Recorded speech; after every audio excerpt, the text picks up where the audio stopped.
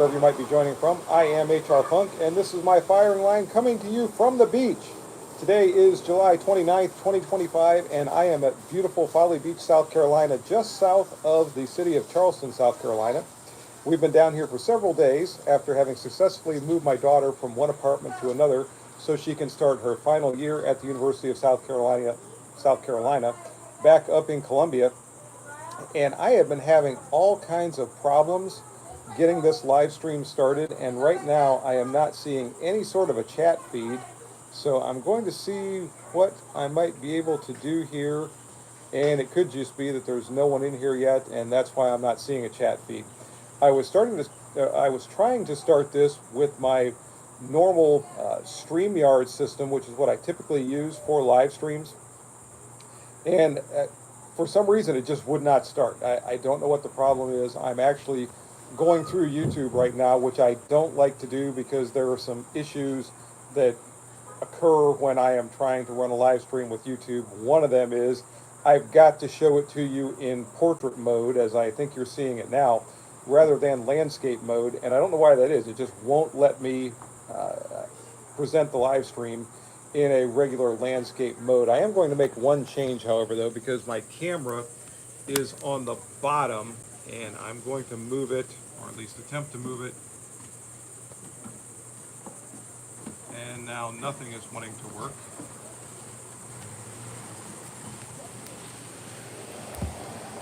Well, as I said, when I try to stream using just YouTube itself, it seems to have a lot of strange issues, and this would be one of them. I have a feeling that part of the reason YouTube insists some things be presented in portrait mode instead of landscape mode is I think it takes less of their bandwidth to be able to show that and store it and what have you. So they're trying to force people more and more into this platform, or this, I'm trying to think of the word. But this is what they want. They want the portrait mode rather than the live stream landscape mode, which I think is why the shorts have to be in this type of a mode as well. And so far I saw Limp Bizkit here, and Emmy is here, and Dan Byers. Are you in Mexico? Nope, not Mexico. I am in Folly Beach, South Carolina. And if you missed the show, I am down here. We've been here for several days now. I had to come down to move my daughter from one apartment to another, and we are still here. Gray Shooter, hi to you. In the news, it seems like whenever I go on vacation, there's all just tons and tons of things in the news. Every time I turn around, there's a mass stabbing going on at a Walmart, or this incident yesterday that was in New York.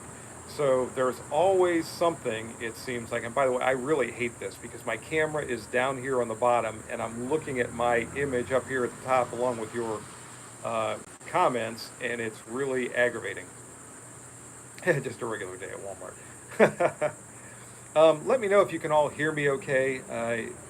I'm using my iPad for this, and obviously I don't have my home computer, which is what I typically use for these things. But just let me know if the audio is coming through okay, and if the video is at least acceptable. But yeah, it seems like things going on right and left. The situation in New York, the last time I saw anything on it, seemed to be evolving by the moment, and this guy sounds like basically just, I don't know if you're getting a lot of that coming through or not, but there are golf carts riding by, and some of them are quite noisy. But this guy in New York seems to have just basically been a nut. The old Folly House in Folly Beach wiped out during Hugo. We have been coming to Folly Beach. Not prior to Hugo. We've probably been coming down here for the better part of 20 years now, I would say. I don't know if it's been quite 20 years, but close to that. And for a lot of that, we've stayed in the same place. And I don't know if you're going to be able to see it or not, but right over the railing there, a little ways off in the distance, is the Atlantic Ocean. From where I'm sitting here, it's probably 200 yards to the water line. We were down on the beach earlier this afternoon, and it's quite nice down there. This is the coolest day I think we've had since we've been here. The last couple of days, heat index has been up over 100 degrees with the temperatures in the mid 90s. Last time I looked, it was about 89 degrees today. We've got a little bit more of a breeze, and it actually feels pretty nice here. And we got another golf cart going by. Not planning on taking the stream too long today, but I just wanted to check in with everyone and say hi and give you an update as to what's going on with the channel. I was able to get quite a few videos completed before we left for this trip, and they are premiering at the regular time slots. So we had one last Wednesday. That was the first day after I left. And it was nice. On the way down, I was able to stop by Bang Steel in Western Virginia and do some shooting while I was there. So I helped those guys. They were doing some cleanup around their range. And if you don't remember, Bang Steel is where I went a number of years ago to participate in a long-range shooting course.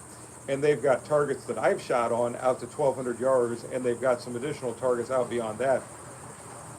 So after I got done helping them clean, they were good enough to loan me a rifle and some ammunition, and I was again engaging targets out to 1,200 yards, so that was a lot of fun. It was great to see everyone. By the way, to Dan, Forrest, or anyone else from Bang Steel who might see this, thank you for all the hospitality. Thank you for the great time. It was fantastic seeing everyone again, and I hope I was able to help out in some way with the cleanup that was going on around the range. So that was good. Got down here about a week ago. As I said, the video schedule or the videos that I was able to get done have allowed me to continue the schedule of video premieres at the normal intervals. So there's going to be another video tomorrow morning at 8 o'clock. Hope you can make it for that one. That's going to be kind of a fun one. It's kind of a special one for me, so if you're able to tune in for that one, that's good. The one coming up on Saturday is going to finally be the range day with the DSA improved battle carbine that I had the shop review on a while back, so I finally managed to get that out on the range. Last Saturday was the Daria Island pistol, and that video started out doing great. It shot up to about 2,000 views very quickly and then just died, which tells me that somebody somewhere at YouTube flipped the switch, and that was the end of that video, or at least the end of a lot of views coming in. Thank you to everyone, as always, who has watched all the videos. It never ceases to amaze me. I've mentioned this many times. I've been doing this now for going on 13 years, and I have upwards of 1,200 videos that I have uploaded during the course of that time. And to all of you who have watched and commented and participated, thank you. Thanks to everyone who joins during the live streams. And sorry I did not get a notice up that I was going to be having this live stream today. I just had the opportunity. My wife and daughter took off to do a little bit of shopping, and I thought while I was here by myself, I would fire this up and at least, as I said, try to check in and let you know what's going on. Who let HR out of the house? That happens every once in a while. I sneak out, and then they throw a net over me and drag me back. But moving forward, I've got another great firearm at home. Just came in a day or so before I left to go on this trip. And looks like Mimi is back. Ooh, and she brought me a nice cold Coke Zero. How about that? Thank you, baby. But I got a great firearm in just before we left for this trip. It is sitting at home, and I can't wait to get back and start working with that and get some information up on it.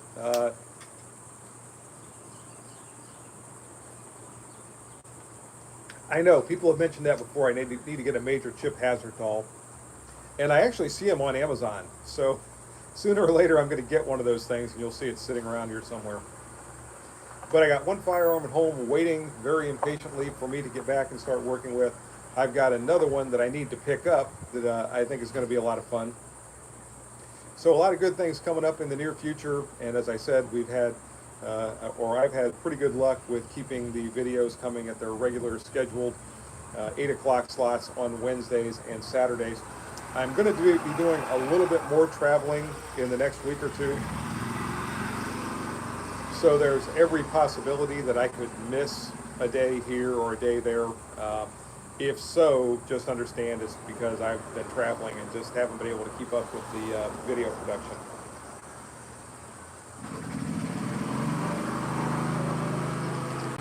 And I needed that Coke Zero. As I said, it's a little cooler. Watching from Germany. Well, thank you, Gutspiker, for joining. Um, now forgot what I was going to say. But in any regard, it's been a great trip, and we've been having a good time.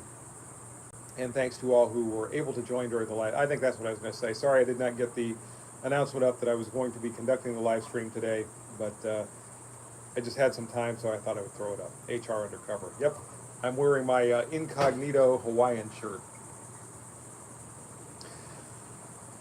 And unfortunately, with the way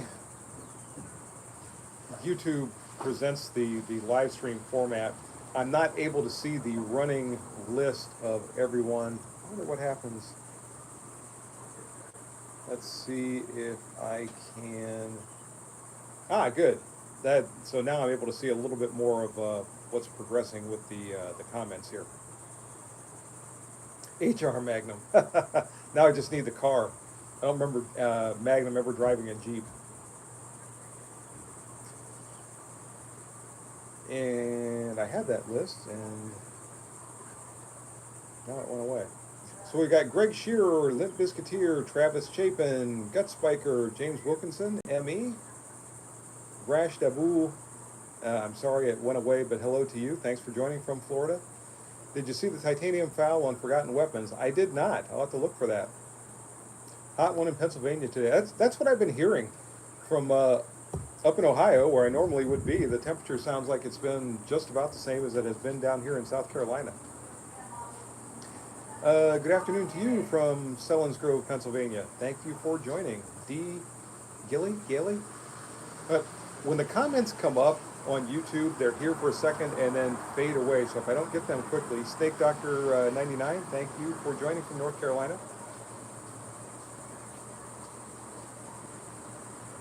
No, wait. Yeah, I don't think I'm as tall as Tom Selleck. Unfortunately. Nor do I have his looks. Yeah, I'll have to settle for just looking like Chip Hazard from Small Soldiers.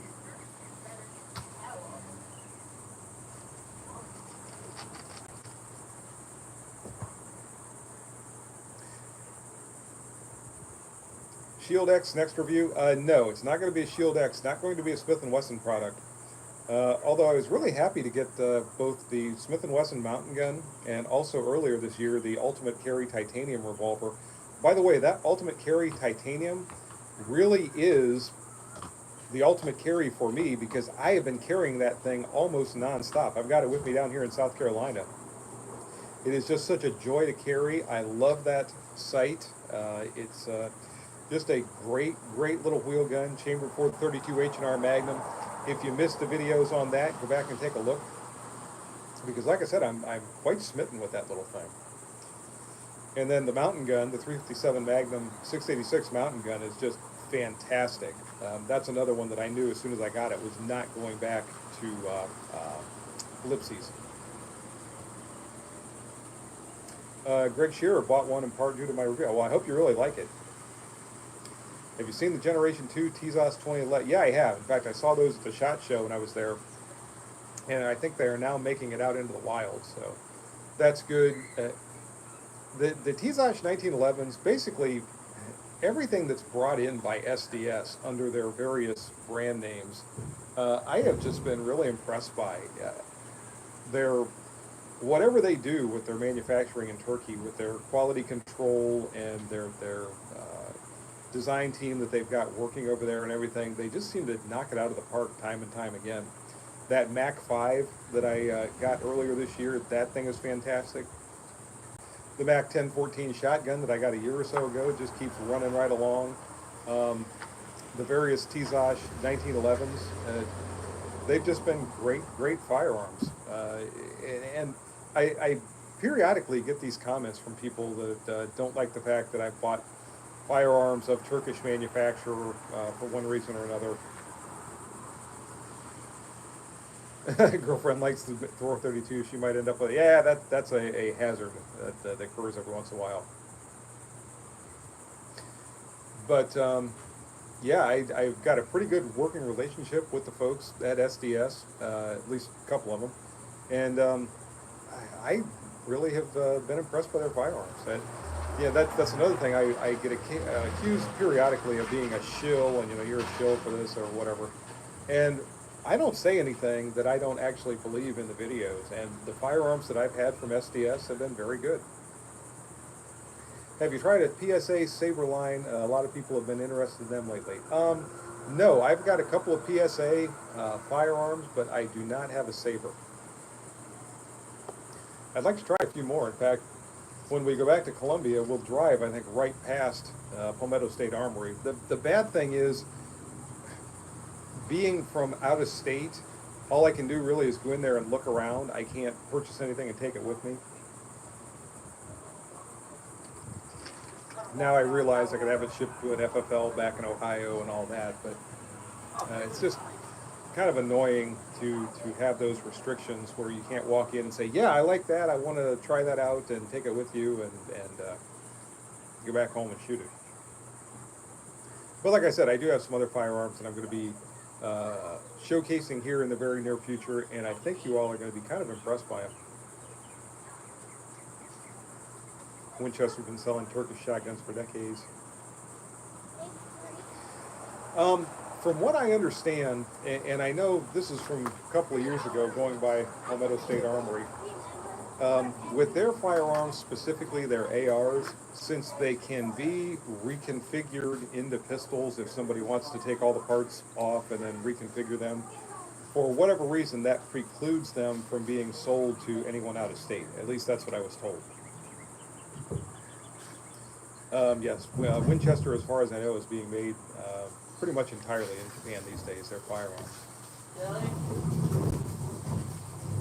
Some rifles or shotguns, you can do, and that faded away before I finished reading it.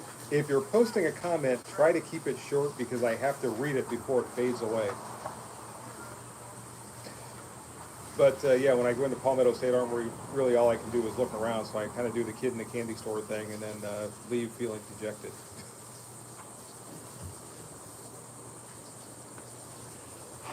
But as I said, we have got some good things that are going to be coming up soon.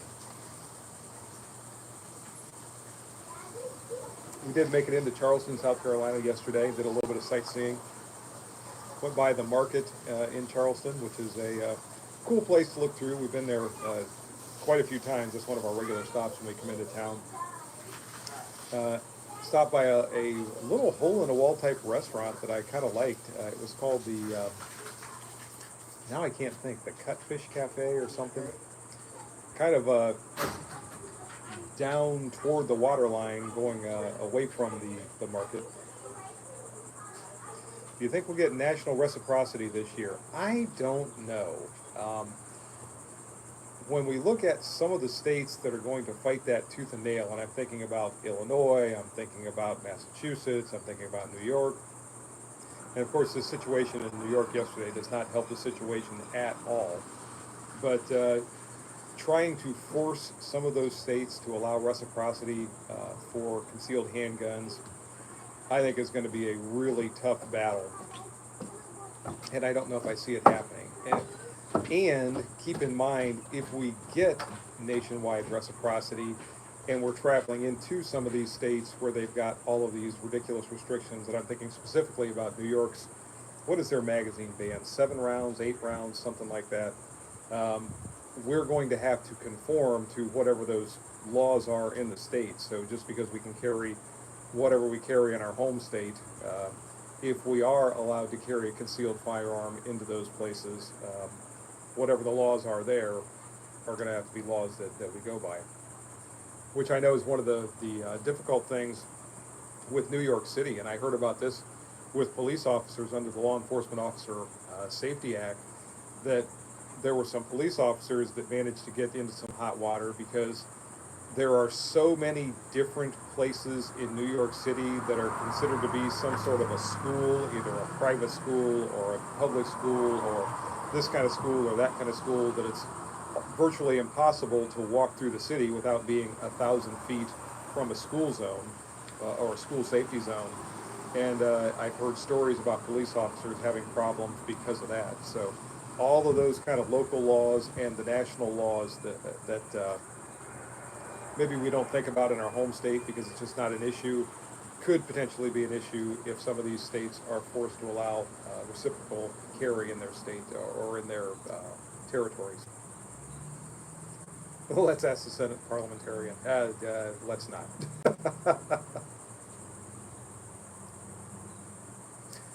But according to the ticker, we got 42 people in here, which is pretty good for a Tuesday afternoon unannounced live stream, just kicking off at whatever time it was, about noon.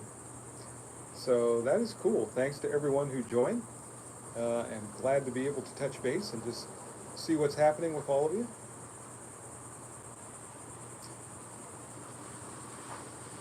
Double tap the screen. That didn't seem to do anything. Sneaking a peek during work. Winchester is kind of made in several places. Yeah, I really don't know. I realize Winchester at this juncture is basically just a brand name, and their rifles, the last I knew, were being made by Moroku in Japan. I don't know about their shotguns. They managed to have a large display every year at the NRA annual meeting, and they had a big display at the SHOT Show.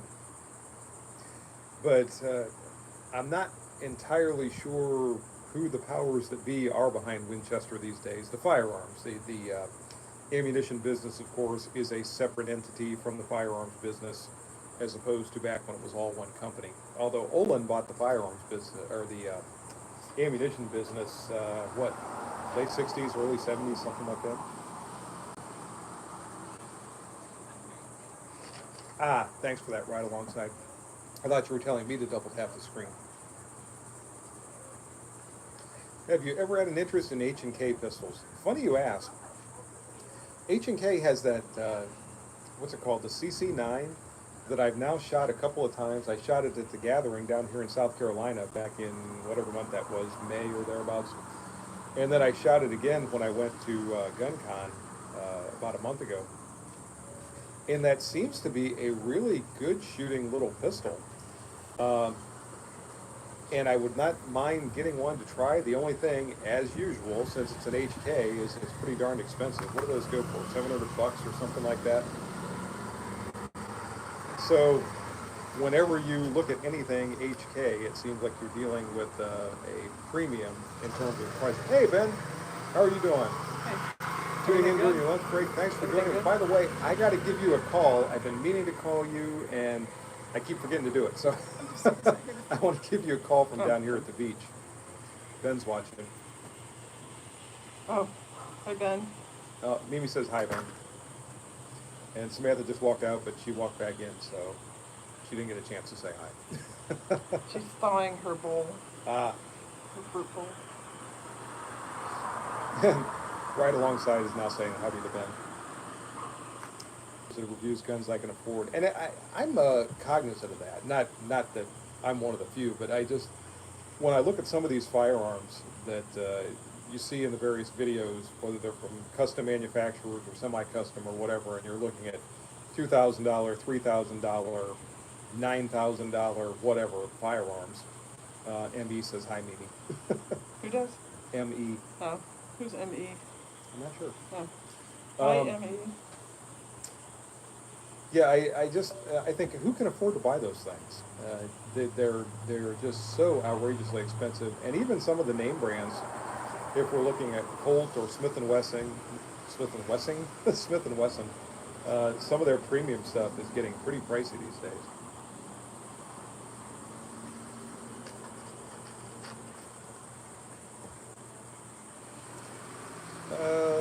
Travis Chafin, your choice is better quality stuff than other junk. Yeah, I try to avoid what I would think is junk too. And when we look at something that really sort of balances it out, that Daria pistol that I just had in the last video, those things are very affordable. The one that I have, Ben Crane says hi.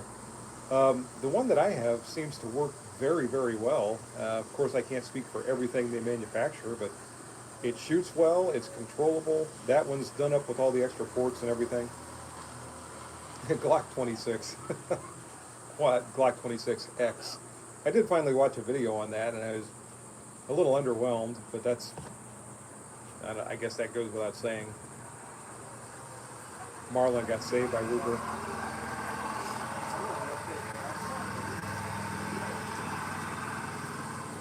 Huh? And Ben said hi to you.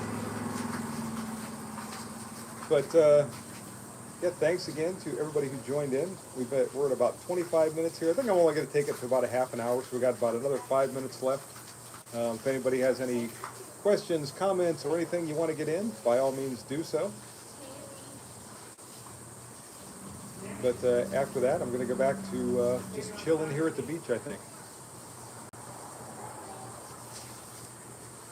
Travis Chapin, a new 94 costs as much as a new Ruger-made Marlin does. Yeah, I have noticed that about the new Marlins coming out after Ruger's acquisition. The 1014 is holding up really well. I just mentioned a little while ago, it's doing great. I mentioned a little while ago, my daily EDC lately here has been that Smith & Wesson Ultimate Carry 432 Ti revolver, because it's just so easy to carry. Opinion on LAPD using the FN 509. My opinion is I hope it works very well for them.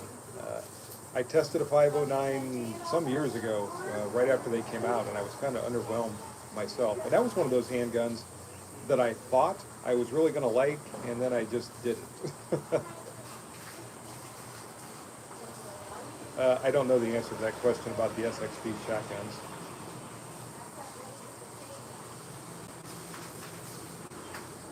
And I missed something there about the SDS shotguns. Back in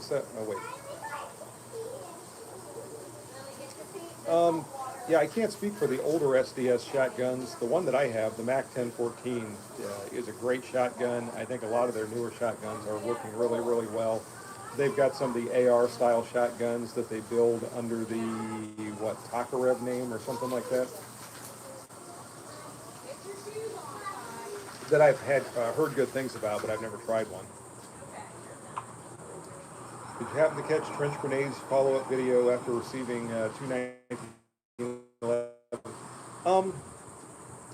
Not if it's anything new. I saw the one he did a 1,000-round review on the U.S. Army pistol, and I think he had a Raider or something, but I haven't seen too much since then.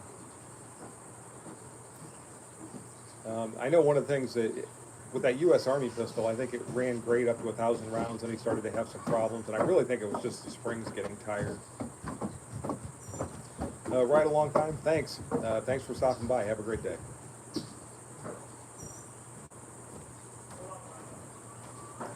Those pistols were very broken. Yeah, I don't know what they might have been or what happened with them.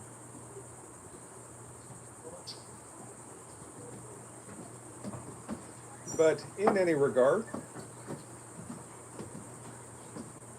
Travis Chapin, love my 20 gauge H&R partner. Good. At any rate,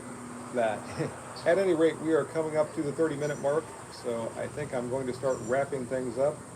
Lone Star Lawman, I would say check out Dick Fairburn's videos that he has done on the SIG 320.